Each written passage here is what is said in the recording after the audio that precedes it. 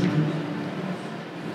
Je voudrais que nous ouvrions nos Bibles dans le livre de la Genèse, s'il vous plaît. Genèse 32.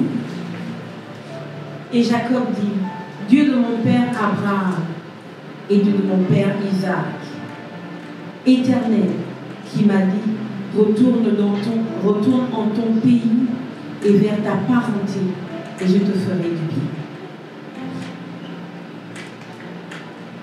Je suis trop petit pour toutes les grâces et pour toute la vérité dont tu as usé envers ton serviteur, car j'ai passé ce Jourdain avec mon bâton, et maintenant je suis devenu de bande. Délivre-moi, je te prie, de la main de mon frère, de la main d'Ésaü, car je le crains, de peur qu'il ne vienne et ne me frappe la mère avec les fils. Et toi, tu as dit, certes, je te ferai du bien, et je ferai devenir ta semence comme le sable de la mer, qui ne se peut nombrer à cause de son abondance. Et il y passa là cette nuit, et il prit de ce qui lui vint sous la main en présent pour Ésaü son frère.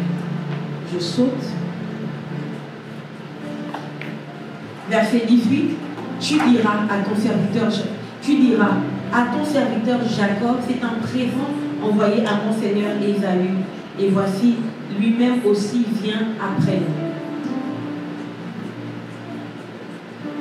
Verset 21, et le présent passa devant lui, mais pour lui, il passa cette nuit-là dans le camp. Et il se leva cette nuit-là, et prit ses 2 femmes, et ses 2 servantes, et ses 11 enfants, et passa le gué de Jabbok. Il les prit et leur fit passer le torrent, et il fit passer ce qui était avec lui. Et Jacob resta seul. Et un homme lutta avec lui jusqu'au lever de l'aurore. Verset 25. Et lorsqu'il vit qu'il ne prévalait pas sur lui, il toucha l'emboîture de sa hanche, et l'emboîture de la hanche de Jacob fut luxée, comme il luttait avec lui. Verset 26. Et il dit, laisse-moi aller, car l'aurore se lève. Et il dit, je ne te laisserai point aller sans que tu m'aies béni. Et il lui dit, quel est ton nom? Et il dit, Jacob. Verset 28. Et il dit, ton nom ne sera plus appelé Jacob, mais Israël, car tu as lutté avec Dieu et avec les hommes, et tu as prévalu.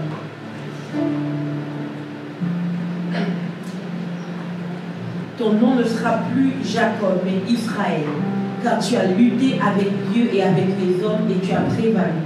C'était la version d'Abi, je m'en vais vous dire dans la version 8 secondes.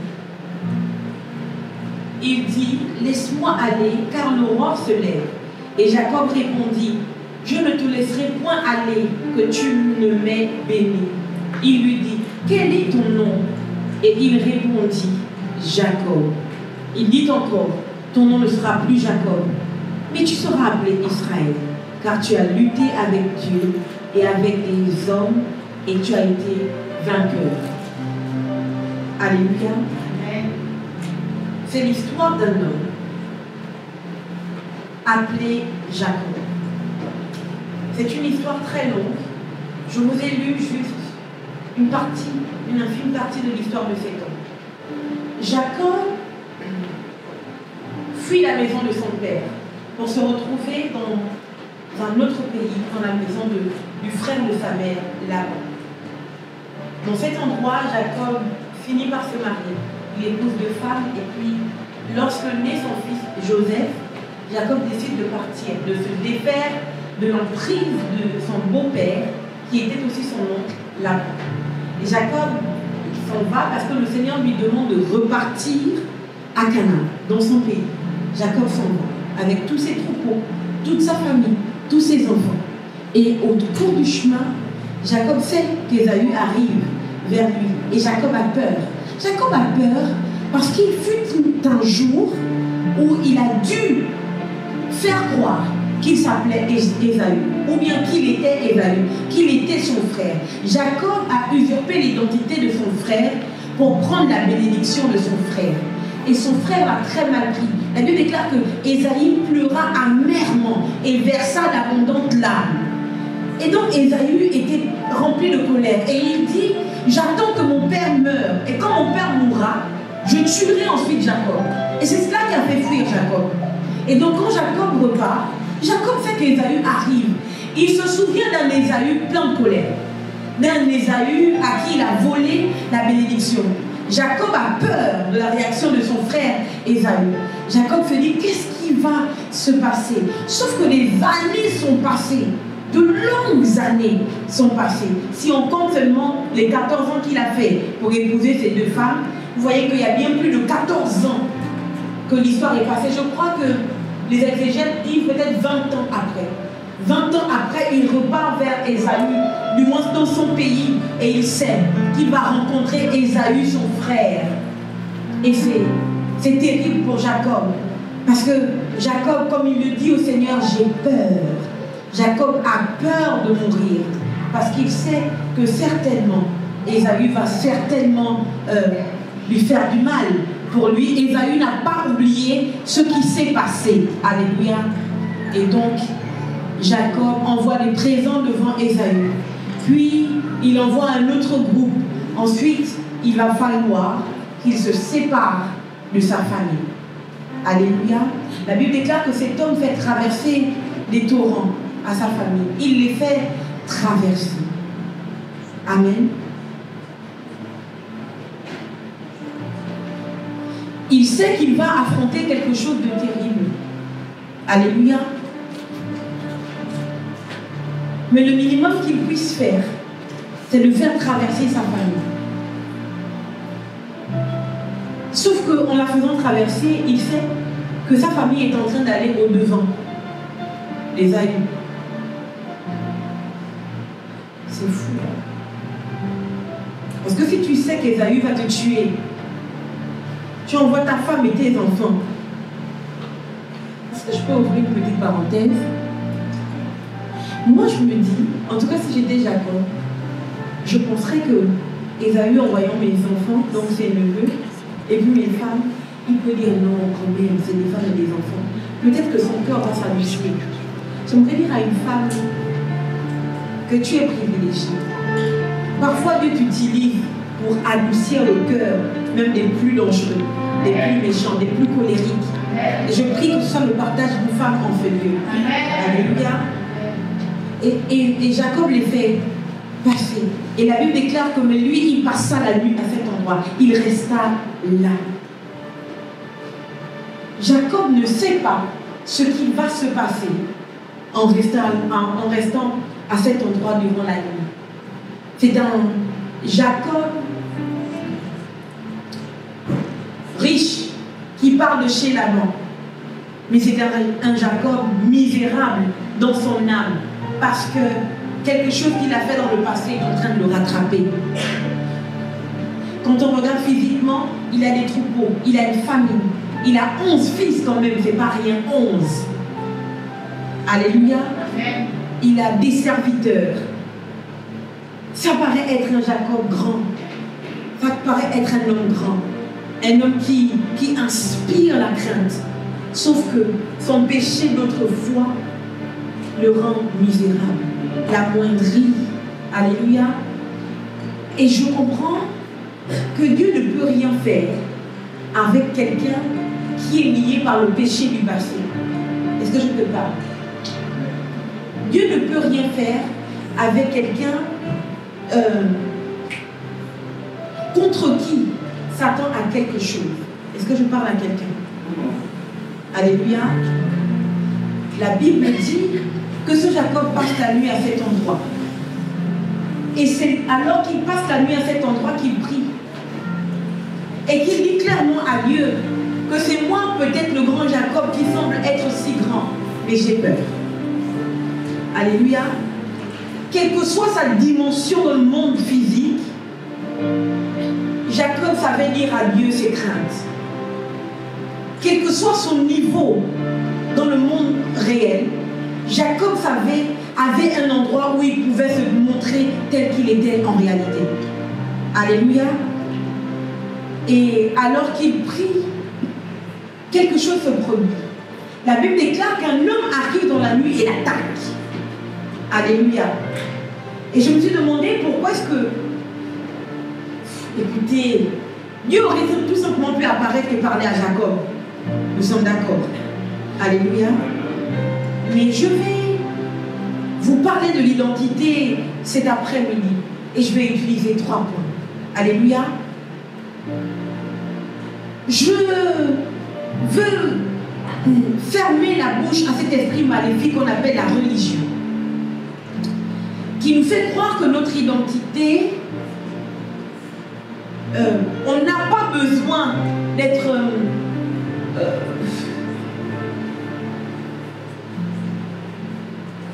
pour parler, je dis mieux, pardon, je cherche la phrase qu'il faut pour qu'on me comprenne mieux.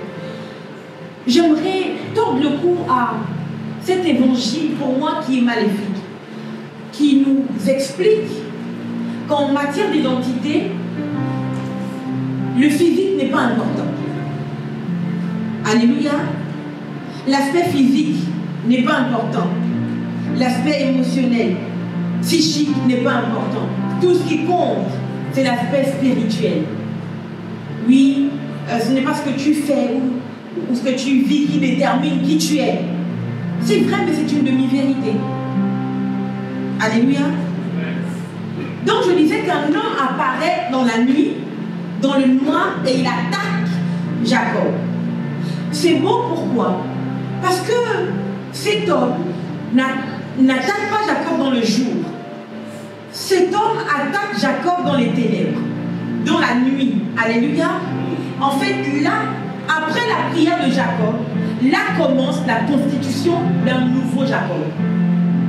De la même manière que lorsque Dieu veut créer le monde, il est dans les ténèbres et il dit que la lumière soit. Alléluia. De la même manière, Dieu attend qu'il y ait les ténèbres pour entrer dans la vie de Jacob et commencer à travailler. Je l'explique mieux. Quand un enfant rentre dans le ventre de sa mère, dans le ventre, c'est les ténèbres. Alléluia. Il n'y a pas de lumière dans le ventre parce que c'est l'intérieur. D'ailleurs, Jonas nous le fait bien comprendre. Quand il rentre dans la bouche du poisson, dans le ventre du poisson, il dit bien qu'il était dans les ténèbres et qu'il était mort. Vous comprenez donc que dans le ventre, il n'y a pas de lumière. Alléluia. Et c'est peut-être une des raisons qui fait que quand l'enfant sort, il a toujours les yeux fermés. Sauf ma fille Talia. Sauf ma fille Talia. Elle est sortie avec les yeux ouverts. Allez comprendre. Mais pour dire que l'enfant sort avec les yeux toujours fermés. Parce que c'est dans le noir. Amen. Ce n'est pas nécessaire d'ouvrir les yeux. Quand vous voyez dans l'échographie, l'enfant est toujours avec les yeux fermés, on est d'accord. Amen.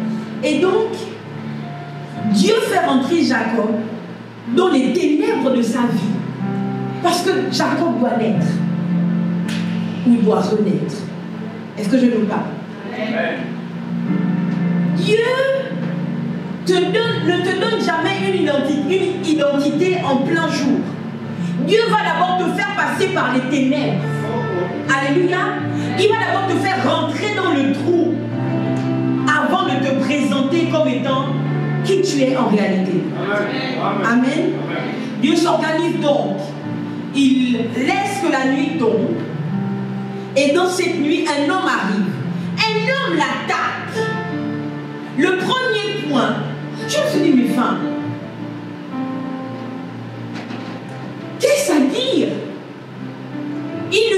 Il n'apparaît pas en disant, oui, bonsoir Jacob, j'ai été envoyé. Non, il apparaît, imaginez vous êtes à un endroit, quelqu'un vient, la personne commence à vous frapper, à vous mettre des coups. C'est bizarre, non? C'est bizarre, n'est-ce pas?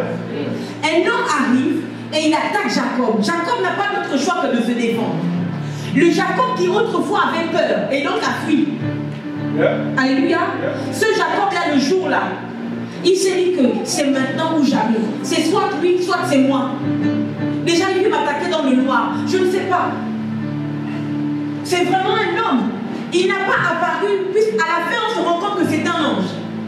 Sauf que l'ange en question n'apparaît pas de manière brillante comme on nous décrit. Une épée flamboyante, il y avait l'éclat autour de lui. Non, il apparaît comme un homme dans les ténèbres. Parce que s'il apparaissait comme un homme, comme la lumière, ça n'aurait pas, il aurait obstrué les ténèbres. Dieu voulait que ça se passe dans les ténèbres. Jacob se battait avec quelqu'un dont il ne voyait pas le visage. J'explique mieux. Il y a des situations par lesquelles tu passes. Tu ne vois pas les situations. Les situations maléfiques que tu traverses, des entités maléfiques qui arrivent. En fait, tu te dis que c'est peut-être un problème de dette.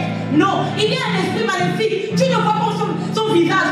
Tu lui donnes peut-être le nom de dette, comme on a donné le nom à cet ange-là d'homme. Alléluia. Peut-être que tu passes par le divorce. Peut-être que tu passes par une maladie. On a peut-être cité le nom, mais personne ne va me dire qu'il a déjà vu le visage du cancer. On est d'accord? Jacob est en train de se battre contre quelqu'un dont il ne voit pas le visage. Est-ce que je te parle? Cependant, Jacob lutte quand même. La Bible déclare qu'il lutta. C'est lutter. C'est pas quelque chose de petit. Il lutta. C'était donc une vraie bataille. Qu'est-ce que Dieu a envie de corriger ici? Dieu est en train, my living God, Dieu est en train d'atteindre. Il veut donner une identité à Jacob. Dieu commence à restaurer l'extérieur. L'extérieur, c'est le physique de Jacob. Alléluia. C'est d'abord son physique avant de rentrer dans son intérieur.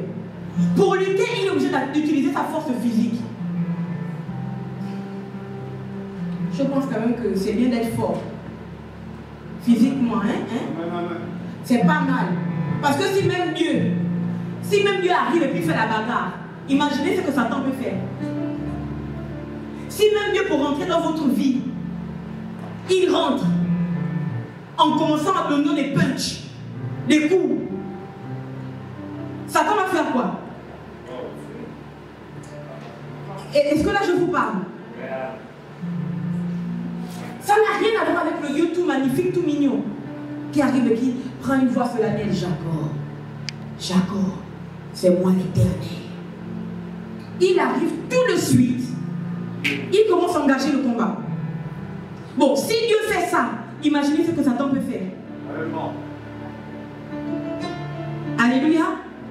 Je ne vous invite pas à aller faire les arts martiaux, c'est pas ce que je sais de dire. Mais pour dire que Dieu est en train de transformer le physique de Jacob. Qu'est-ce qui se passe? Dans la lutte, Jacob est tellement fort. Jacob est tellement fort que l'homme lui tasse l'emboîture. Alléluia. Et vous voyez que physiquement, Jacob ne peut plus être la même personne. Parce que désormais, Jacob boite. Est-ce que je nous parle? Parce que désormais, Jacob boite. Pourquoi est-ce que Dieu commence par le physique de Jacob? Parce que pour obtenir la bénédiction d'Ésaü, il a dû transformer son physique. Je ne sais pas si je te parle. Pour obtenir la bénédiction d'Ésaü, Jacob a dû porter des peaux d'animaux. Pour que quand le son père le touche, il sent qu'il y a des poils. Il dit c'est la voix de Jacob l'intérieur. Mais on dirait, mais ça a l'air d'être l'odeur d'Ésaü. Ça a l'air d'être Ésaü quand il le touche. Il sent que ce sont des poils. Il se dit, ah, c'est mon fils Ésaü qui est poilu, forcément c'est lui. Donc Dieu commence d'abord à... C'est fou, c'est extraordinaire, c'est grave. Parce que Dieu n'améliore pas le physique de Jacob. Dieu amoindrit le physique de Jacob. Un Jacob qui marchait bien droit sur ses pieds est désormais un Jacob qui boite. Pour dire que quand Dieu a un projet avec toi, quand Dieu a décidé que ta destinée va le servir, même si tu es sur un fauteuil roulant, ta destinée va le servir. Du Jacob qui marchait bien droit, on se retrouve avec un Jacob qui boite. Alléluia. Et la lutte continue.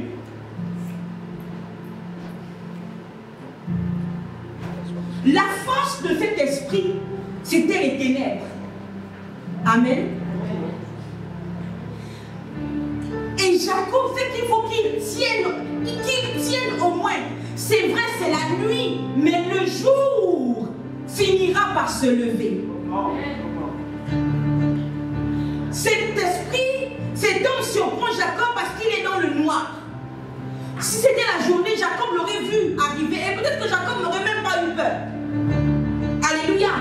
Mais dans le noir, tu vois qu'on t'attaque. Tu es obligé de te battre parce que tu ne sais pas si la personne a un couteau, si la personne a quelque chose. Tu ne sais pas. Il faut te battre de toutes tes forces pour rester en vie. Alléluia. Et peut-être que du côté des esprits de la terre, il y a peut-être des gens qui acclament en disant Jacob, tiens, Jacob, tiens. Parce que si cet homme a eu si sa force était dans les ténèbres, quoi la tienne sera dans la lumière. Le jour finira par se lever. Et Jacob est en train de lutter. Juste aïe aïe aïe. Si le jour, si l'aurore ne montait pas, la bataille ne serait pas arrêtée. Parce que ce que l'homme dit, il dit laisse-moi aller car l'aurore, car le jour se lève. Ça veut dire que si le jour ne se levait pas, tant qu'il devait avoir les ténèbres, le combat devait continuer. Je viens te dire que quelles que soient les ténèbres par lesquelles tu passes, tant que la lumière n'est pas sortie, tu ne laisses pas. Quelles que soient les ténèbres par lesquelles tu passes, au nom de Jésus, tu dois continuer de lutter. Parce qu'à un moment donné, le jour finira par se lever sur ta vie. Il a continué de lutter, Et puis, l'aurore est venue au secours de Jacob. Vous devez comprendre quelque chose. Hein? Personne ne peut lutter avec Dieu et être fort. Faites-moi confiance. Amen. Personne ne peut lutter avec Dieu et puis sortir de là le plus fort. Ce n'est pas possible. Parce que Dieu n'a pas son deux. Comme on dit en Côte d'Ivoire. Dieu n'a pas son deux. Il n'y a personne qui peut s'égaler à Dieu. Il n'y a personne qui peut être l'adversaire de Dieu. Même Satan n'est pas l'adversaire de Dieu, il est l'adversaire de nos âmes. C'est ce que la Bible dit. Il n'est pas l'adversaire de Dieu parce que Dieu est trop fort. Dieu est hors catégorie. Un peu comme les panthères du Gabon. Hors catégorie. Nous, c'est les panthères. Non, je ne joue pas à la canne. Alléluia. Amen. Personne ne peut lutter avec Dieu et sortir fort. Amen. Donc la seule chance pour Jacob, c'était que le jour se lève. Pourquoi? Parce que Dieu ne se montre pas à tout le monde. Alléluia. Dieu ne se montre pas à tout le monde. Et Dieu savait que si le jour se levait, le trouvait là, tout le monde allait le voir. Amen. Et donc il lutte. Ensuite il dit, laisse-moi aller. Je ne sais pas quelle est la prise que Jacob avait fait à l'ange. Je ne sais pas quelle prise. C'est que chez nous, quand on attrape au cou, on te bloque comme ça, on appelle ça mangamba. Je ne sais pas comment on dit chez les Ivoiriens ou chez les Congolais, j'en sais rien, les Camerounais. Je ne sais pas. Mais chez nous au Gabon, quand on t'attrape, on te fait la prise au cou comme ça. On appelle ça mangamba. Et donc, comme je suis gabonaise, je vais dire donc, Jacob a fait un mangamba à l'ange. Comment on dit en France la prise là? Serrage de cou. Serrage de cou. Oh, c'est même pas intense. Hein? Comment? Un étranglement. Oh, c'est pas intense. Bon, écoutez, serrage de cou alors. Donc, Jacob. Clé 14. Oh. C'est clé 14, hein? Ça a l'air un peu intense, pas grave. Donc, Jacob fait une clé 14 à l'ange. L'ange sent que, oh! L'ange, non. L'ange se dit que c'est pas grave. Tant qu'il y a les ténèbres, je suis fort. Mais à un moment donné,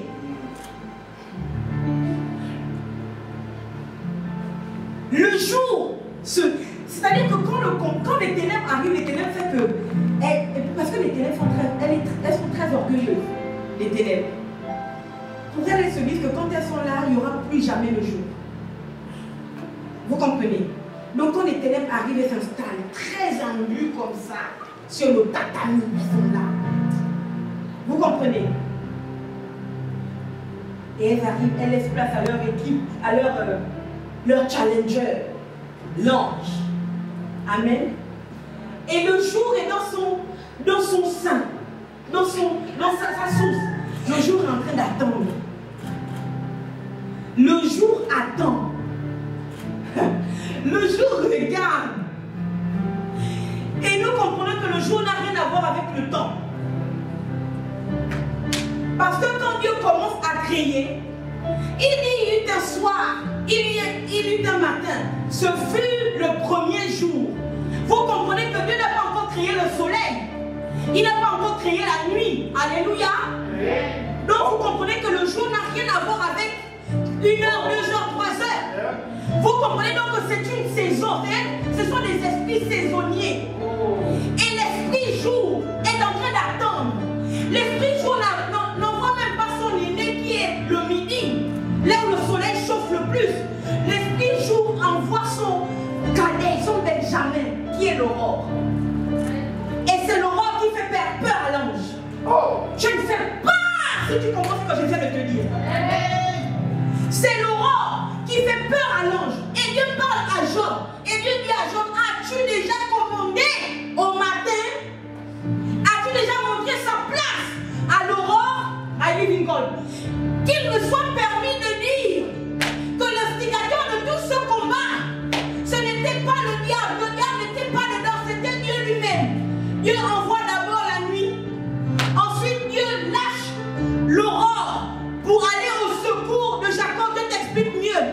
Quand tu passes par une situation terrible, quand tu passes par quelque chose qui semble vouloir te renverser, si c'est Dieu qui est l'auteur de cette tempête, tu dois comprendre que Dieu lui-même va s'arranger pour que tu réussisses à vaincre. Quand c'est Dieu qui est l'auteur, quand Dieu laisse place à la chose qui vient te dépasser, qui vient pour te traumatiser, tu dois comprendre que Dieu a quelque part derrière lui le contraire de ce qui t'a renversé. Parce qu'à la fin, tu dois toujours être vainqueur.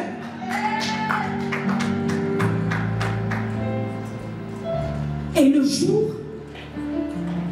relâche son petit, l'aurore. Quand l'aurore arrive, l'ange a peur. My living God. Je ne savais pas que les anges avaient peur de l'aurore. Jesus. Tu ne savais pas qu'ils pouvaient craindre l'aurore. Il dit, laisse-moi aller. Il faut que je lise le texte.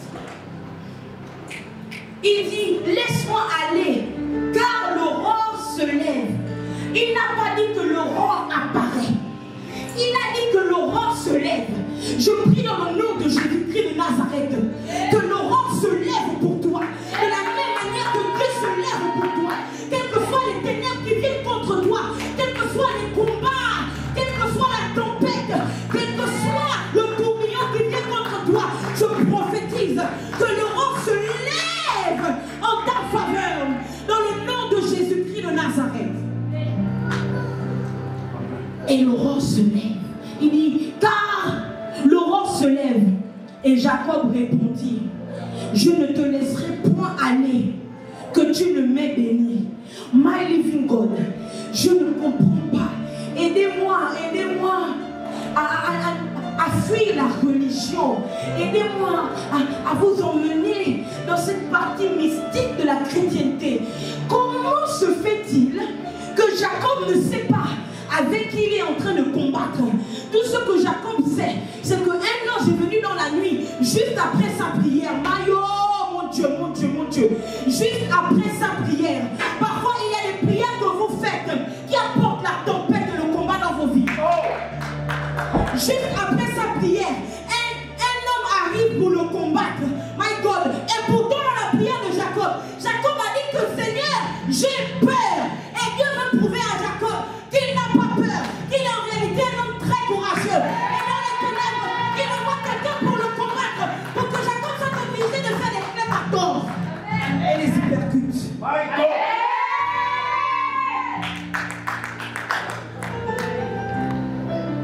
Et Jacob entend, laisse-moi aller car l'aurore arrive. Jacob, comment tu réussis à demander à un esprit de la nuit de te bénir? Franchement.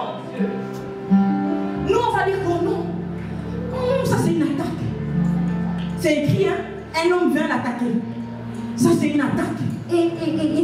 C'est une attaque ça. Il faut renvoyer, on va le faire, détruire, détruire, détruire. Mais vous devez comprendre que même les démons sont obligés de vous bénir. Je vous explique. Bénir, c'est bien dire. Parce que je sens des gens qui font la religion mondaine. Vous dites, elle dit quoi? Voilà, c'est la sorcellerie ça. C'est pas la sorcellerie. Bénir, c'est bien dire. Vous devez, par votre persévérance et votre constance, votre façon de garder la foi, votre façon de marcher quelles que soient les tempêtes, votre façon de continuer quel que soit ce que le diable fait contre vous, vous devez forcer le diable à dire oui, tu es réellement la fille de Dieu. Tu es réellement le fils de Dieu. Il doit être obligé de dire une bonne chose sur toi. Si tu résistes, quel que soit le combat, si tu résistes, quelle que soit la tempête, si tu résistes malgré le feu, même les démons seront obligés de dire oh, nous connaissons Paul, nous connaissons Jésus. Alléluia. Ils seront obligés de connaître votre nom. Ils seront obligés, ceux qui vous attaquent, les sorciers qui ont juré de vous tuer, quel que soit tout ce qu'ils ont fait, vous êtes toujours debout. Vous partez toujours à l'église. Vous payez toujours votre dîme. Vous servez toujours Dieu. Vous continuez de toujours aimer les gens. Vous continuez d'aimer les gens.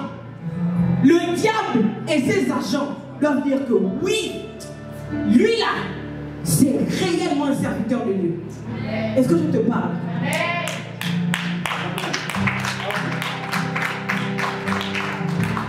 Et la Bible dit que Jacob dit, je ne te laisserai pas aller.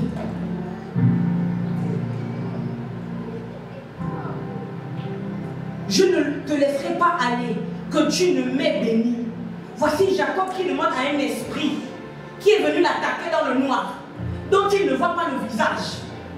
Il lui demande la bénédiction. Dans le combat, franchement. Est-ce que Jacob pensait que c'était un démon? Laissez-moi suggérer que peut-être que dans le combat, parce que quand on combat, on dégage de l'énergie. Est-ce que je te parle? Si cet esprit voulait tuer Jacob, Jacob l'aurait su. Right. Le fait que cet esprit le casse au niveau de l'emboîture, c'est la preuve qu'il aurait pu faire plus de mal à Jacob. Il aurait pu lui tordre le cou. Et c'est fini. Lui casser la colonne vertébrale, excusez-moi d'être violent. Là, c'est moins de 18 ans. La vidéo là, c'est un peu violent. Il aurait pu le faire. Alléluia. C'est juste la preuve que cet esprit aurait pu faire tout ce qu'il voulait faire à Jacob. Mais cette tempête que tu vis ne veut pas te tuer.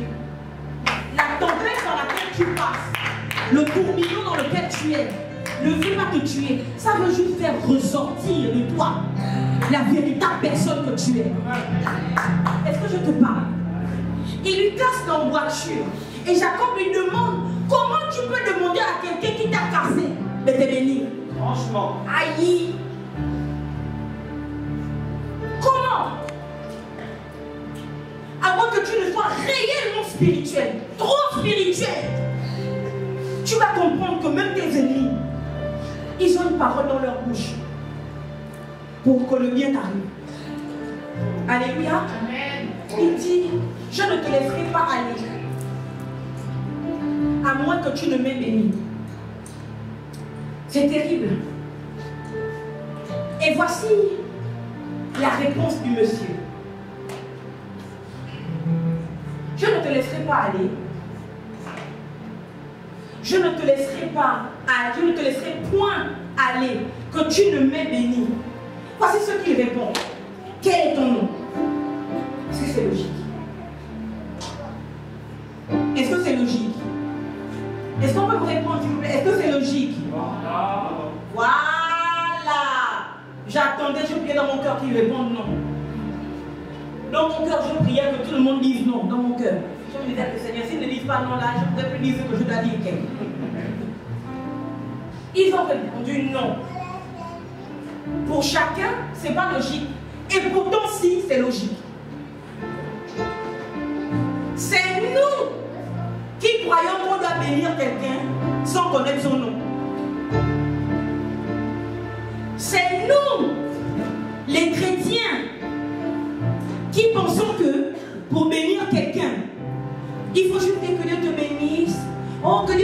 bien, tu ne peux pas bénir quelqu'un sans connaître son nom. Pardon, est-ce que je parle à quelqu'un? Amen. Tu ne peux pas bénir quelqu'un. En fait, si tu faisais ça, arrête. Arrête ça. Arrête ça, ne faites plus. C'est comme ça que vous prenez vos grâces, vous donnez aux gens et vous restez sans rien. On ne bénit pas les gens sans connaître leur nom. Quand Dieu va vers Abraham, il connaît le nom d'Abraham. Et quand il a emmené Abraham à un autre niveau, donc Abraham devient le père d'une multitude, il change son nom. Il dit, tu ne t'appelleras plus Abraham, père élevé. Parce que si tu es élevé et tu n'as pas de postérité, tu n'es rien. Si tu es élevé et que tu n'as pas de postérité après toi, tu n'es rien. Est-ce que tu comprends? Amen. La véritable richesse, c'est la postérité. Amen. Alléluia. Amen. On ne peut pas bénir sans connaître le nom. Et donc l'homme lui demande, quel est ton nom? On ne peut pas bénir sans connaître le nom. Pourquoi? Parce qu'il y a des noms qui ne méritent pas la bénédiction. Aïe. Oh. Il y a des noms qu'on ne bénit pas. Est-ce que je peux lire rapidement un texte? Parce que moi je parle toujours avec les preuves. Jérémie 22, verset 30. Jérémie 22, verset 30. Vous allez voir que je parle toujours avec les preuves. Il y a des noms. Il y a des noms qui sont anti-bénédiction. Donc quand vous envoyez une bénédiction sur quelqu'un qui est anti-bénédiction, qui a sur lui le nom qui fait barrage à la bénédiction, vous perdez votre temps. Il y a même des gens que vous bénissez et puis ils volent votre bénédiction, ils vous jettent leur malédiction. Jérémie 22, verset 30. Ainsi parle l'Éternel, inscrivez cet homme comme privé d'enfant, comme un homme dont les jours ne seront pas prospères, car nul de ses descendants ne réussira à s'asseoir sur le trône de David et à régner sur Juda. Oh, est-ce que je peux relire? Verset 29, c'est écrit ainsi. Terre, terre, terre, virgule, écoute la parole de l'Éternel, point d'exclamation. Donc le prophète crie. Alléluia. Il s'exclame. Amen. Puis il dit, ainsi parle l'Éternel, 2 points. Inscrivez cet homme comme privé d'enfant, comme un homme dont les jours ne seront pas prospères, car nul de ses descendants ne réussira à s'asseoir sur le trône de David et à régner sur Juda. Quelqu'un comme ça, vous pouvez vous fatiguer à prier. Rien ne fonctionnera. Parce que Dieu a dit, inscrivez son nom. Inscrivez cet homme. Sauf que quand on parle d'inscrit, tout le monde connaît. Tu t'es inscrit. Tu écris quoi pour t'inscrire? Faut crier fort. Pour t'inscrire, tu écris quoi? Sur une liste électorale, tu écris quoi pour t'inscrire? Pour aller à l'université, tu écris quoi pour t'inscrire? Même d'enregistrer à l'hôpital, pour avoir un rendez-vous avec le médecin, tu écris quoi pour t'inscrire? C'est fini. Dieu dit à la terre d'inscrire le nom d'un homme comme étant privé de descendance. Et Dieu lui parle la route à la royauté. Aucun de ses descendants ne s'installera sur le trône de David. Et si Dieu parle comme ça, ça veut dire que c'est un descendant de David qui a fauté. Et Dieu a décidé que c'est fini. Voilà, c'est mort. Quelqu'un comme ça fallait faire quoi? Bénir? Non. Donc pour bénir, on demande le nom. Quel est ton nom? Et c'est ce que cet ange a fait. Cet homme dit donc à l'Éternel, dit donc à... Je retrouve mon texte rapidement.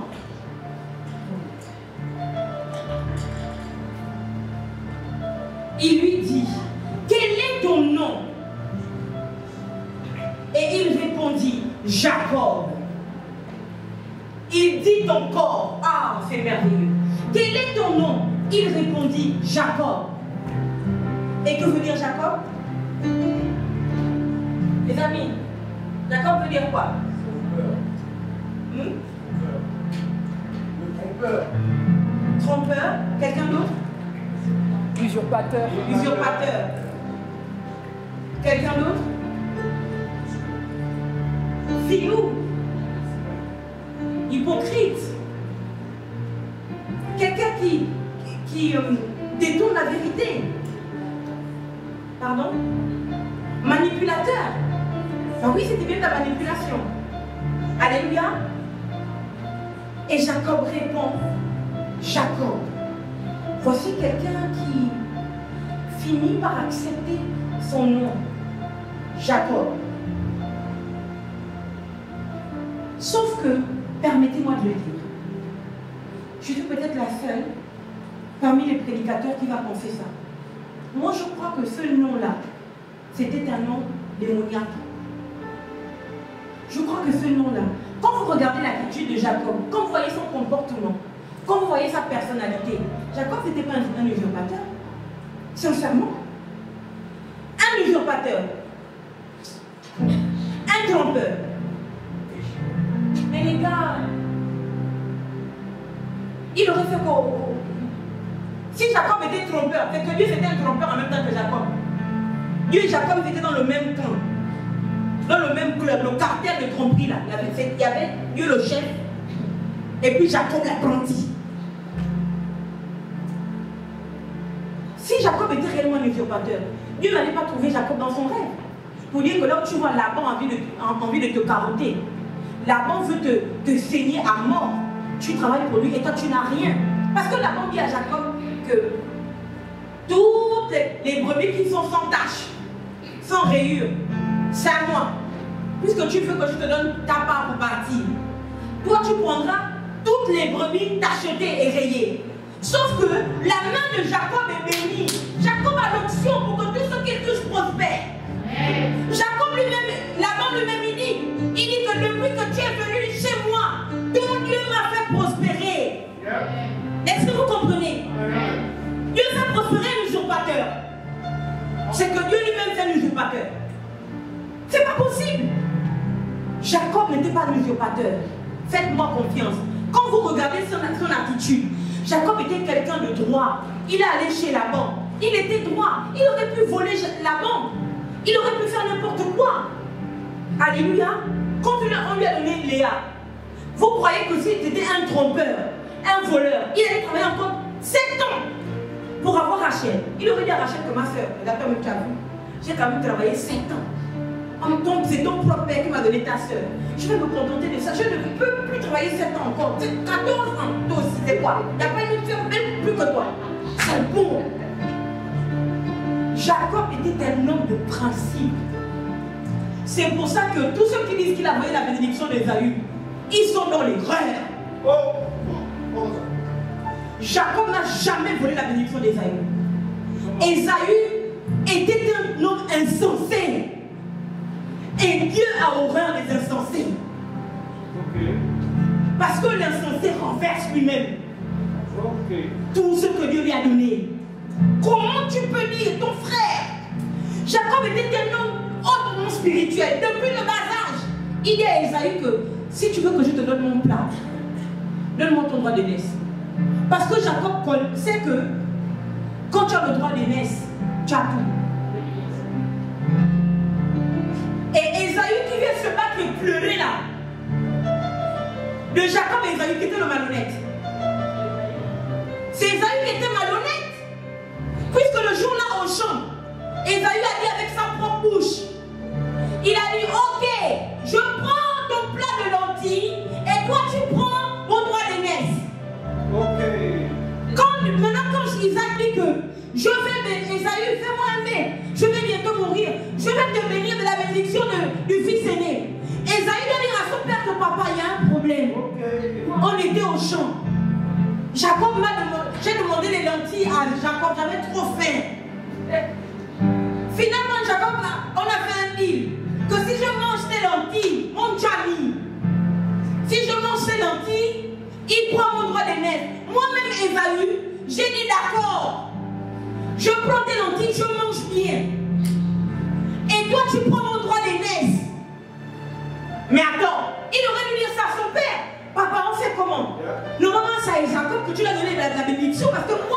j'ai vendu mon droit d'aînesse à Jacob pour des lentilles. Il aurait dû dire ça à Jacob. Et si je peux parler à papa Isaac, je te respecte ta vie de... Toi là au ciel. Je respecte papa Isaac, je me mets à genoux. Papa Isaac ne voulait pas donner la bénédiction à Ésaü parce que c'était le fils unique. Ou bien, papa Isaac n'aimait pas Ésaü parce qu'il aimait trop. Papa Isaac aimait Ésaü parce qu'il aimait la viande. Et Ésaü chassait de bonnes viandes. Parce qu'il a dit, fais-moi, prépare. Il n'a pas dit, va tuer la viande, non, à ta mère, elle prépare. Alléluia. Il a dit, cuisine-moi. Fais un mec comme je l'aime, comme j'aime là. Fais. Ensuite, je vais te bénir. Donc, même l'amour que Jacob avait pour son fils Ésaü, c'était un amour viande. C'était un amour comme quelqu'un qui dit, oh, moi j'aime trop le poulet. Si tu aimais réellement le poulet, tu n'aurais pas tué le poulet pour le manger. Ah oui. Et si je peux ramener ça à nous les humains, faites très attention aux gens qui vous disent qu'ils vous aiment. Peut-être qu'ils vous aiment pour juste prendre les enfants que vous avez. Peut-être qu'ils vous aiment pour prendre les grâces que vous avez. Mais qu'en réalité, ils ne vous aiment pas. On le voit sur Internet, vous le voyez. Les gens vont dire je t'aime, alors qu'ils veulent t'emmener dans les pratiques mystiques, prendre ton étoile. On le voit très bien. Est-ce que je parle à quelqu'un? Amen. Donc, l'usurpateur, ce n'était pas Jacob. Jacob a dû se déguiser, pourquoi? Parce qu'Isaac était entêté. Alléluia. Si Jacob ne... Pourquoi Dieu... Vous avez entendu Dieu dire à Jacob que pourquoi tu n'as pas le droit d'aimer ton frère? Montrez-moi le passage. Papa, dans la Bible, il y a écrit un jour que Dieu a dit à Jacob pourquoi tu n'as pas le droit d'aimer. C'est écrit nulle part. Vous pouvez fouiller tout. Dieu n'a jamais reproché ni à Rebecca, ni à Jacob. Alléluia. Isaac avait la bénédiction. Rebecca était très spirituelle pour que Isaac fasse ce que Dieu voulait. Parce que si Rebecca n'avait pas fait ça, on était nous tous les descendants des Ésaü. C'était fini. On allait manger tous les lentilles. On n'allait pas connaître la royauté. On n'allait pas être comme les étoiles. On était tous morts, on allait être tous des chasseurs. Heureusement que Rebecca a été futée. Rebecca a été futée, arrêtez de l'accuser, elle a fait les moyens du bord, elle devait faire quoi? Qu'est-ce qu'elle devait faire? Raisonner Jacob et Isaac. Isaac était déterminé à manger sa viande. Il était déterminé. Rebecca a dit que donc si c'est un problème de viande, je te cuisine le chevreau qui est juste derrière. C'est la viande, non? Je te cuisine. Jacob, le problème c'est quoi? Tu n'as pas les poils, je te mets la peau. Tu vas. Mais je vous dis que si Rebecca n'avait pas fait ça, c'était fini. J'ai regardé ma Bible, de la Genèse à l'Apocalypse. Les seules personnes qui oppressent Rebecca, qui s'en fichent depuis qu'elle est au ciel, c'est pas son problème. Les seules personnes qui oppressent Rebecca, c'est les prédicateurs. Et puis les chrétiens qui n'ont rien compris. Sinon Dieu même lui-même là, il n'a jamais reproché à Rebecca, pourquoi tu as fait ça? Jamais. Dieu lui-même n'est jamais allé chez Jacob. Il a dit à Jacob, Jacob, tu as volé le droit d'aînesse de ton fils, de ton frère. C'est anormal. C'est anormal que moi-même l'Éternel, je te réprime. Comme jamais. Or, pour connaître l'histoire, il faut aller au début. La première personne à qui lui a parlé, c'est Rebecca. C'est pas Isaac. Rebecca est enceinte, elle a mal au ventre. Il y a trop de batailles dans son ventre. Elle va consulter l'Éternel. Elle demande à l'Éternel qu'est-ce qui se passe. Et la Bible dit que Dieu, par un ange, Dieu parle à Rebecca. Il y a Rebecca, dans ton sein, il y a deux nations. My living God. Dans ton sein, il y a deux nations. Et il dit, le plus grand sera assujetti au plus petit. Ça veut dire quoi? Qu'est-ce que ça veut dire? C'est fini. Et dans la... C'est terrible. Aïe.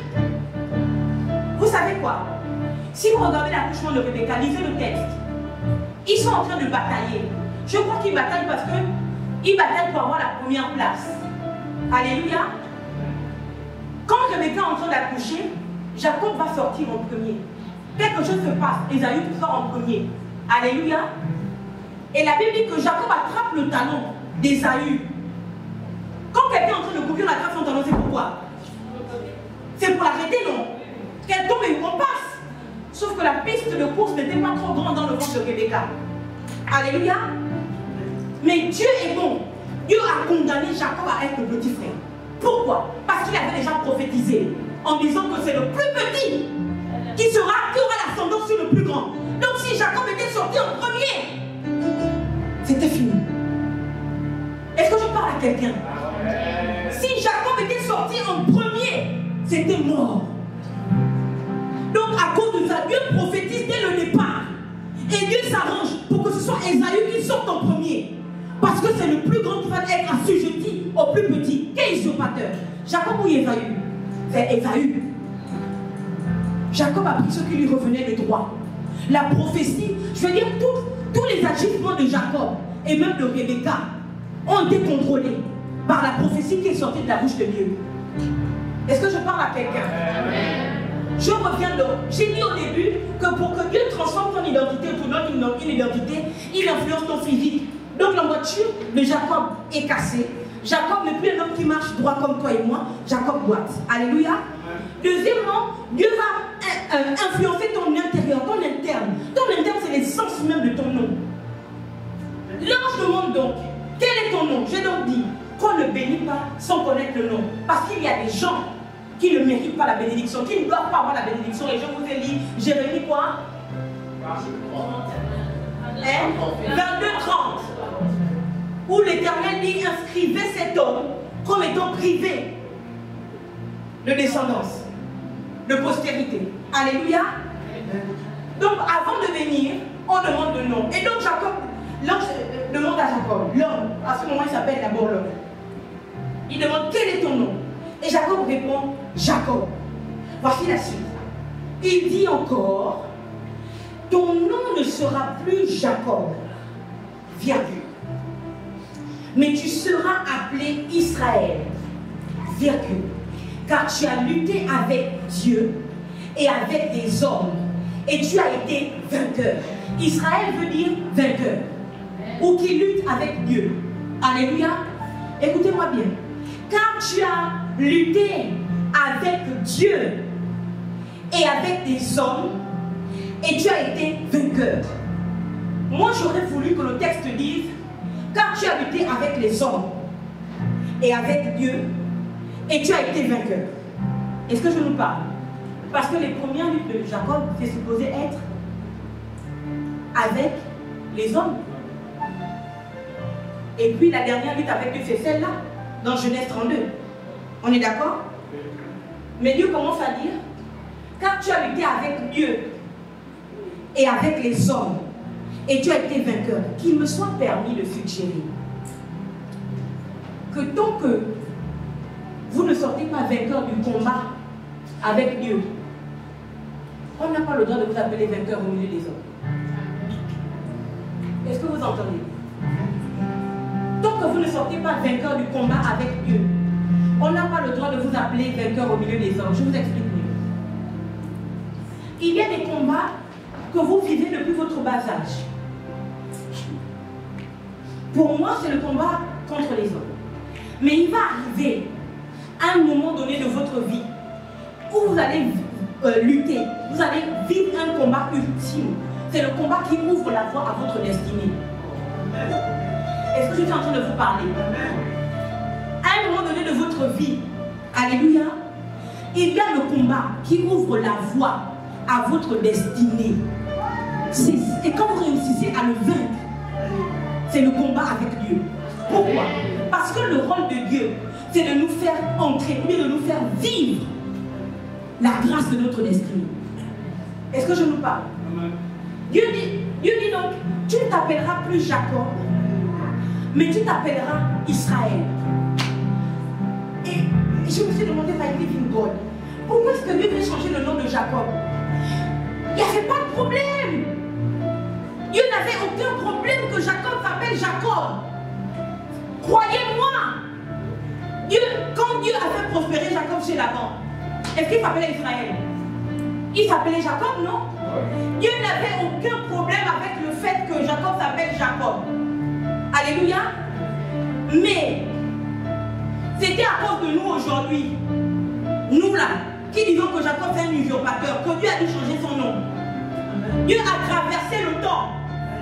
Dieu a vu que chez lui là-bas, Esaü pensait qu'il était un usurpateur, alors qu'Esaü sait lui-même qu'il a vendu son droit de naissance. Jacob ne lui a pas volé. Lui-même, en étant conscient, il n'a pas été séduit comme Ève.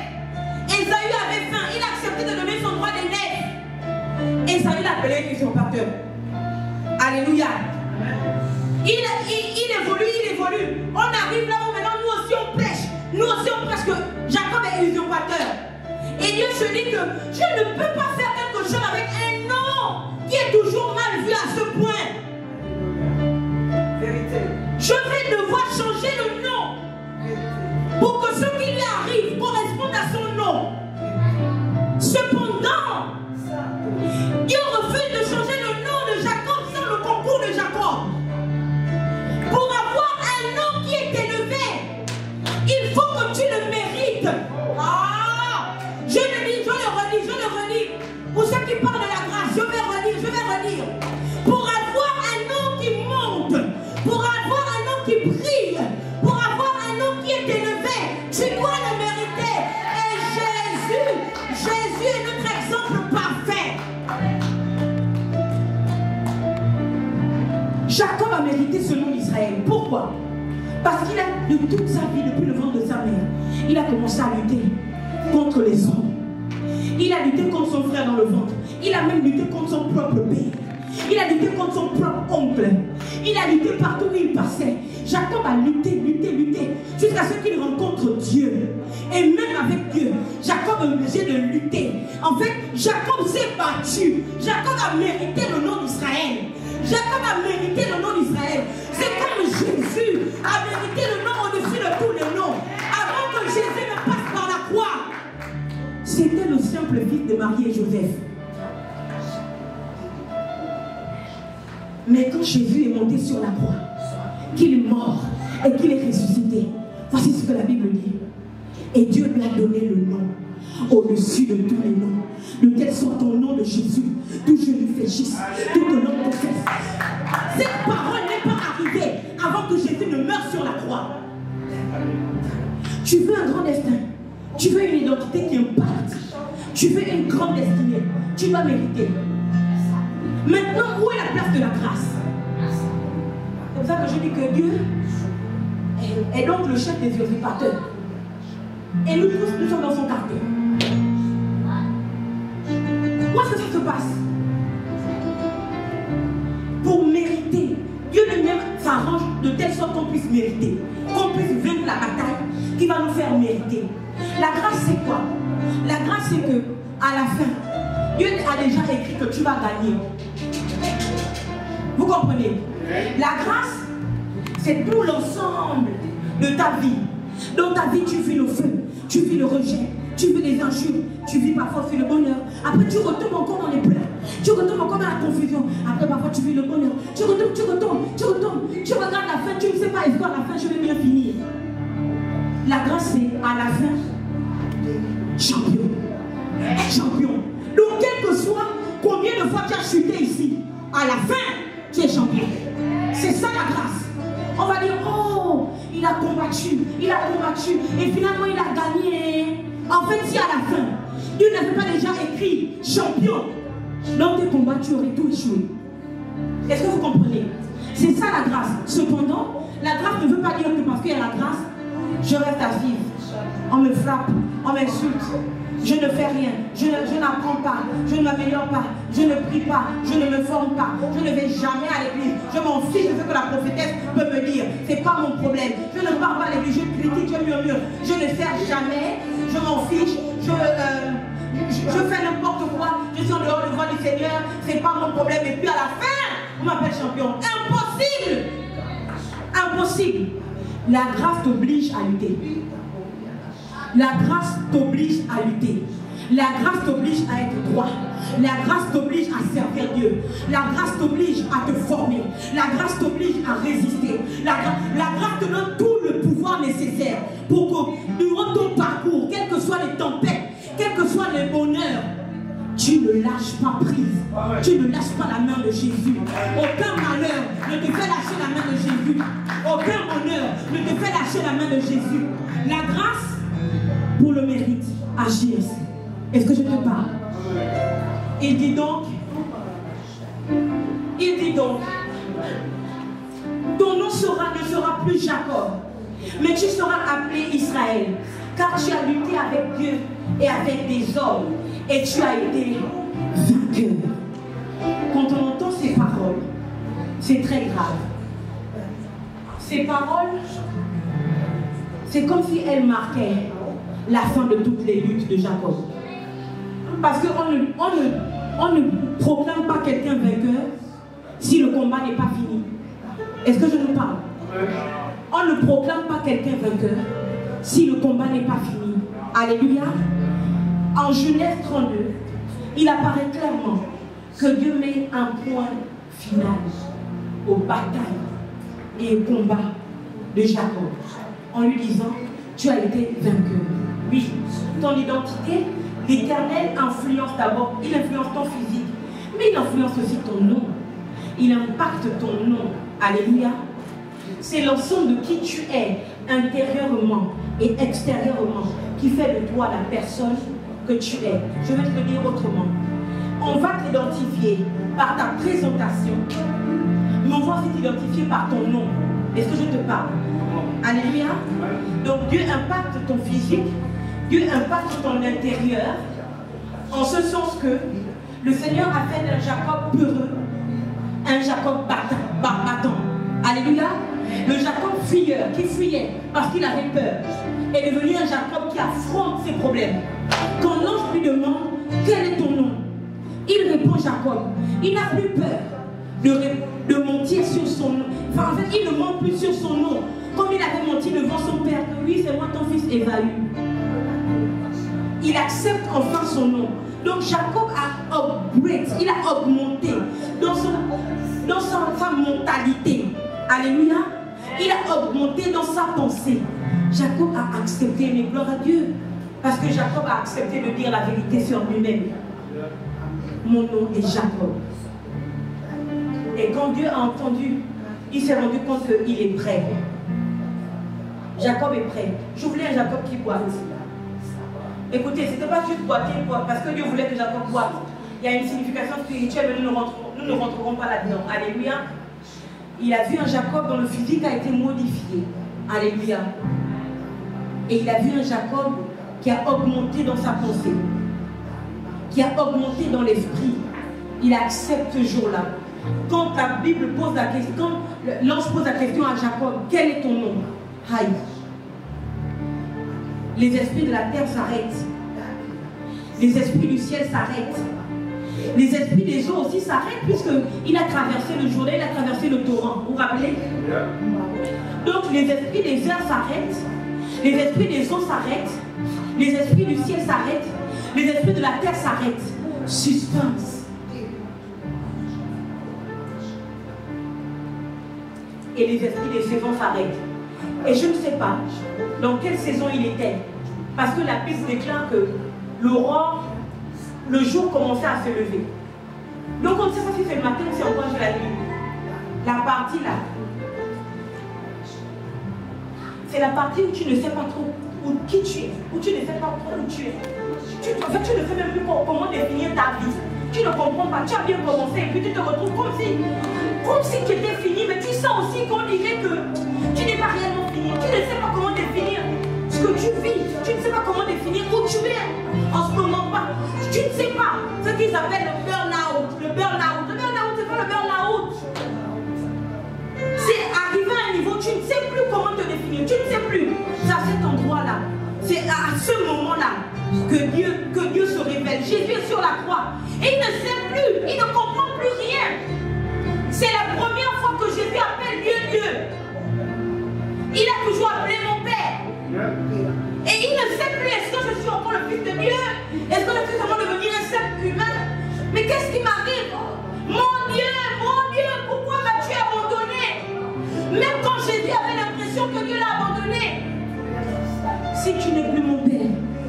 n'oublie pas que tu es quand même mon Dieu. C'est dans cette partie de confusion-là, à ce niveau de ta vie-là, que tu ne comprends plus, que tu n'arrives plus à définir, que tu n'arrives plus à maîtriser, c'est là que Dieu descend. C'est là que Dieu descend. Parce qu'il voit que tu n'as plus le contrôle. Dieu ne veut pas que tu contrôles. Il veut que toi-même tu lui donnes le contrôle. Quand Jacob répond que je m'appelle Jacob, Dieu est en train de transmettre le contrôle à Dieu. C'est à ce moment-là, quand on demande quel est ton nom, la même question a été posée à Jean-Baptiste. Es-tu le prophète? Non. Es-tu Élie? Non. Non. Es-tu le prophète? Non. Es-tu un des prophètes? Non. Finalement, il dit, es-tu Élie? Et là, tout s'arrête. Tout le monde attend. Le ciel s'arrête. Les anges s'arrêtent. Satan, le diable lui-même, s'arrête. Les hommes s'arrêtent. Les eaux que John de Baptiste connaissait, a plongé les gens dans les eaux, se sont arrêtés. Quand on a demandé, es-tu Élie? Il va répondre quoi? Et c'est là que lui répond, non, je ne suis pas Élie. Vous savez comment le ciel a réagi? Le ciel était comme ça. Quand il a dit non, il dit, oh, quelle déception. Il faut simplement repartir à la naissance de Jean-Baptiste. Quand l'ange vient parler, et son propre père vient parler, il travaillera avec la puissance d'Élie. Et tu expliques comment que tu viens de nous répondre que tu n'es pas Élie. Un problème d'identité qu'ils nous ont permis de suggérer que si John le Baptiste avait répondu qu'il était Élie, peut-être qu'on ne l'aurait pas décapité, peut-être qu'il aurait tout simplement été enlevé. Parce que Élie, on ne lui coupe pas la tête. Jézabel peut promettre qu'elle va lui couper la tête. Dieu ne laisse pas faire. Dieu enlève Élie. Alléluia.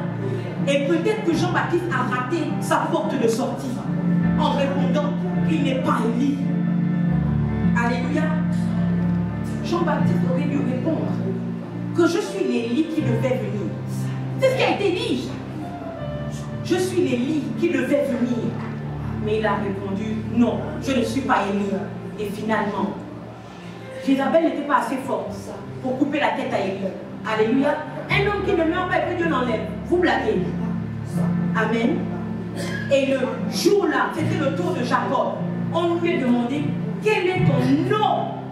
Et Dieu attendait que j'espère de tout mon cœur qu'il ne va pas venir nous raconter qu'il s'appelle Ésaü. Parce qu'il aurait pu dire qu'il s'appelle Ésaü. Il aurait pu trouver un autre nom même, prendre encore l'identité de quelqu'un d'autre, puisqu'il avait peur d'Ésaü. Qu'est-ce qu'il disait à cet homme, à Jacob, que l'homme qu'il a cassé n'était pas un gars d'Ésaü? Il aurait pu mentir sur son identité. Mais Jacob a dit, je vais affronter et accepter qui je suis. Parce que le seul qui peut renverser la donne, c'est Dieu. Je prie dans le nom de Jésus-Christ de Nazareth, que quel que soit ce qu'on a dit sur toi-même, quel que soit le nom qu'on t'a donné, quel que soit l'adjectif qu'on colle à qui tu es, dans le nom de Jésus-Christ de Nazareth, que la puissance du Saint-Esprit réussisse à t'emmener à accepter devant Dieu, à reconnaître devant Dieu qui tu es en réalité. Toi avec toutes tes faiblesses, toi avec tous tes manquements, toi avec tes incapacités, toi avec tes forces, que tu réussisses à dire à Dieu, je ne sais pas quel est ton nom, je suis Blondine, incapable de pardonner. Je suis Patricia, incapable d'aimer. Je suis telle personne, incapable d'oublier le viol. Je suis telle personne, incapable d'oublier la trahison. Je suis telle personne. Est-ce que tu peux l'accepter? Parce que Dieu est le seul qui puisse te donner une autre identité. Dans le nom de Jésus. Et Jacob répond, je suis Jacob.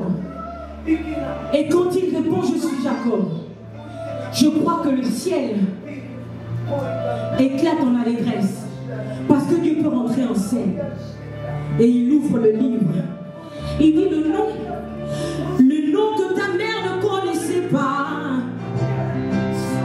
le nom que ton père ne connaissait pas, le nom que ta famille ne connaissait pas, le nom même que toi-même tu ne connaissais pas, le nom que tes frères, tes amis ne connaissaient pas, le nom que seul l'Éternel connaît.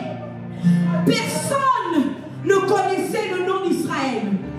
Personne, ni le père de Jacob, ni la mère de Jacob, ni l'amant.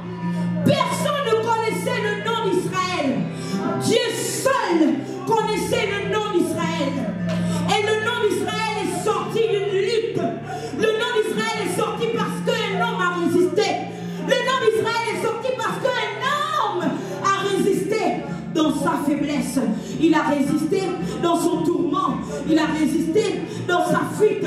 Il a résisté dans son combat. Il a résisté. Et Dieu a sorti le nom que personne ne connaissait. Dieu a sorti l'identité que personne ne connaissait. Je prophétise et je parle. Je parle sous le contrôle du Dieu des esprits des prophètes. Que Dieu va sortir le nom que tu ne connaissais pas. Que cette année 2024, Dieu te donne le nom avec lequel tu vas régner. Que cette année 2024, Dieu te donne l'identité avec laquelle tu vas continuer ta vie. Que Dieu te donne le nom avec lequel tu vas régner. Le nom que seul lui, il connaît. Au nom de Jésus. Seul Dieu connaissait le nom d'Israël. Et il dit désormais, il dit, ton nom ne sera plus Jacob, mais tu seras appelé Israël. Mais tu seras appelé vainqueur. Mais tu seras appelé champion. Tu seras appelé gloire. Tu seras appelé succès. Tu seras appelé victoire. Tu seras appelé prospérité. Le nom de cet homme changea. Il dit, car tu as lutté avec Dieu et avec des hommes, et tu as été vainqueur. Jacob l'interrogea en disant, fais-moi, je te prie, connaître ton nom. Il répondit, pourquoi demandes-tu mon nom? Et il le bénit. Est-ce possible de dire que si pour connaître le nom, que si pour recevoir la bénédiction, celui qui bénit doit connaître le nom? Toi, pour réceptionner la bénédiction, tu n'es pas obligé de connaître celui qui te bénit. Tu n'es pas obligé, même si tu le dois quand même. Il dit, pourquoi demandes-tu mon nom?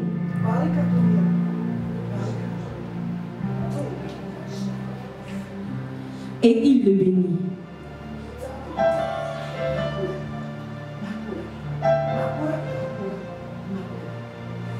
Si j'étais Shirley Jacob, j'allais vous expliquer ceci. Je crois que mon père Jacob, et là je me présente comme étant Jacob. Comme si j'étais là ce jour-là à l'intérieur de son sein. Et je comprenais ses pensées. Je comprenais pourquoi est-ce qu'il pose la question à l'homme. Quel est ton nom? Je crois que Jacob, que Père Jacob demande quel est le nom de celui qui a changé son nom. Parce que ce serait le moyen pour lui d'être totalement incontestable. Il n'y a aucune personne qui va se lever, mandatée par le Seigneur, et dire que moi je suis prophète de l'Éternel. Personne ne peut le faire sous le mandat de Dieu et crouler sous les contestations des hommes.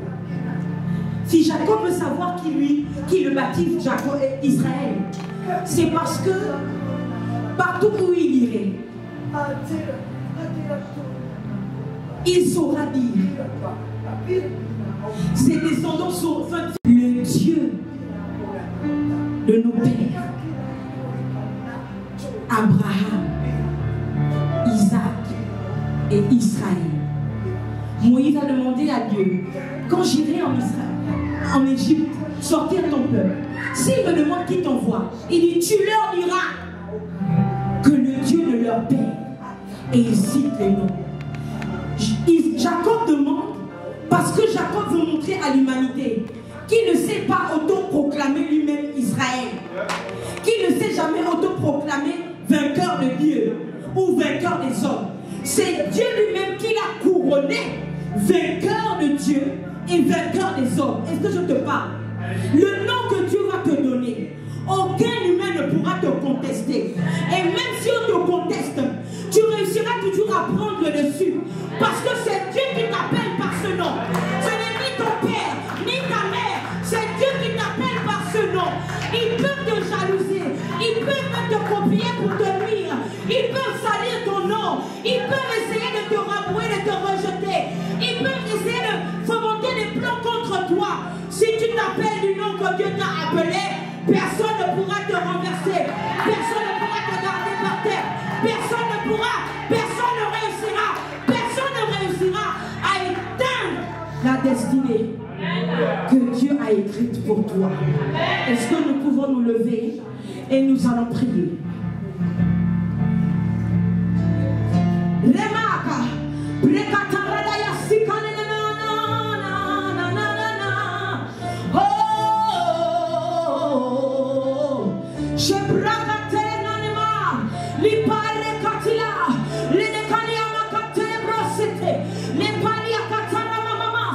Est-ce que tu peux commencer à prier? S'il te plaît, s'il te plaît.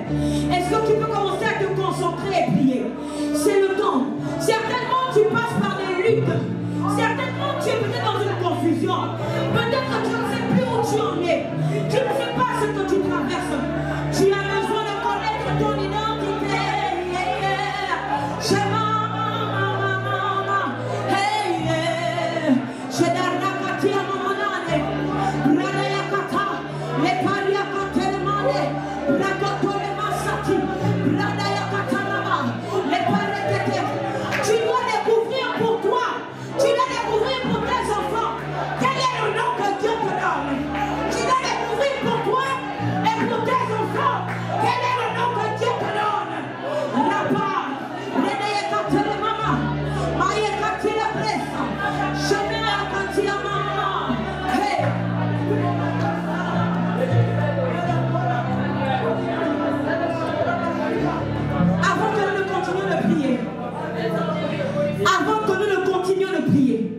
Je vais vous expliquer pourquoi vous devez absolument découvrir votre réelle identité. Dieu a appelé Abraham. Il a appelé Abraham. Il a changé son nom en Abraham. Dieu a appelé Isaac. Alléluia. Ensuite, Dieu a appelé Jacob. Et il a changé le nom de Jacob en Israël. Et le nom Israël veut dire tu as lutté avec Dieu et avec les hommes et tu as été vainqueur. Ça veut dire celui qui lutte avec Dieu et qui est finalement vainqueur. Alléluia. Et c'est le nom Israël que Dieu a choisi pour appeler le peuple, les enfants dans la chair d'Abraham. Il n'appelle pas les Juifs les Abrahamiens. Il appelle les Juifs les Israélites, les Israéliens. Alléluia. Pourquoi? Parce que Dieu savait que sur cette terre de Canaan, les enfants d'Israël devaient continuer de lutter. Si vous devez oublier tout ce que j'ai dit, entendez note ce que je suis en train de dire. Dieu savait. Si vous devez oublier tout ce que j'ai dit, ce que je dis maintenant, s'il vous plaît, retenez. Dieu n'a pas appelé les descendants d'Abraham abrahamiens, ni isaaciens. Il les a appelés israéliens. Pourquoi? Israël veut dire celui qui lutte contre Dieu et contre les hommes et qui est trouvé vainqueur. Dieu savait que jusqu'à maintenant, en 2024 là, sur la terre de Canaan, incessante. Il devait continuer d'être attaqué. Il devait continuer d'avoir la contestation des hommes. Mais quel que soit ce que les hommes vont faire, il peut s'appeler Hezbollah, il peut s'appeler Hamas, quel que soit le nom qu'il porte, quel que soit le nom que ceux qui attaquent les descendants d'Israël peuvent porter. Dieu a déjà clos le débat, il a clôturé le combat. Il a dit tu as lutté avec les hommes et tu as lutté avec Dieu et tu as été vainqueur. Israël qui combat en ce moment sur la terre de Canaan qu'ils ont rebaptisé Palestine. Israël sera toujours vainqueur parce que Dieu a dit tu as été vainqueur. C'est pas tu seras vainqueur. Tu as été vainqueur. Dieu savait qu'il fallait changer rapidement le nom de Jacob en Israël. Pourquoi? Parce que les Jacob fuient. Les Jacob fuient devant l'adversité. Les Jacob ont peur devant l'adversité. Les Jacob sont maltraités par des laments. Les Jacob sont maltraités. Mais les Israélites, ils luttent jusqu'au bout. Ils luttent jusqu'à la croix. Ils luttent pour avoir le nom supérieur. Le nom au-dessus de tous les noms. Les Israélites, ils ont toujours une dernière cartouche. Et ce jour-là, sur le mont des Oliviers, viendra l'Israélite des Israélites, le roi des rois, le Seigneur des seigneurs. Il viendra avec sa plaque marquée, fidèle et véritable. Il viendra avec ses généraux en renfort au Tsahal peut-être, je n'en sais rien. Il viendra en renfort dans la bataille à Marguerite. Et il accomplira la prophétie. Tu as été vainqueur. Si tu ne changes pas, tu ne découvres pas le nom que Dieu a pour toi. Le nom que personne ne connaît. Le nom que seul Dieu ne connaît. Tu vas forcer tes enfants à soit lutter ou à soit fuir. Israël a découvert le nom par lequel Dieu l'appelait. Pendant qu'on l'appelait Jacob, Dieu l'appelait Israël. Parce que Dieu savait qu'à un moment donné, certains allaient se lever et les accuser de génocide.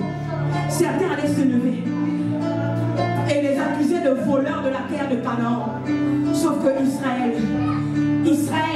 a lutté avec les hommes et il a lutté avec Dieu et il a été trouvé vainqueur.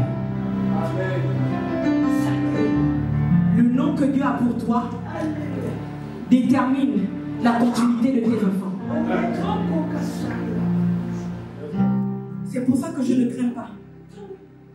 Quelles que soient les luttes qui se passent sur la terre de Canaan, parce que c'est ça le nom, c'est pas la Palestine. Israël va toujours gagner. C'est fini. Parce que Dieu a dit, tu as lutté avec les hommes. Et tu as lutté avec Dieu. Et tu as été vaincu. Maintenant, tu vas prier. Tu vas commencer à prier. Et tu vas dire, Seigneur, donne-moi le nom que toi seul connais. Donne-moi l'identité que toi seul connais. Révèle-moi mon identité. Moi, je sais que je suis une guerrière.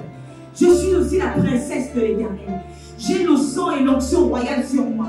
Je sais que quel que soit ce qu'ils vont faire, jamais je ne plierai le genou devant aucun homme, devant aucune femme, devant aucune entité, devant aucune association. Quel que soit ce qu'ils font, personne ne va réussir à m'éteindre. Personne ne va réussir. Personne. Et personne ne pourra renverser mes enfants. Personne ne pourra renverser mes petits-enfants. Personne, enfant biologique, enfant spirituel. Personne ne va réussir. Personne. Vas-y, proclame ces paroles. Parce que Dieu t'appelle par un nom que même tes ennemis ne connaissent pas. Proclame. Dis que je m'appelle du nom que Dieu m'appelle. Je m'appelle du nom duquel Dieu m'appelle.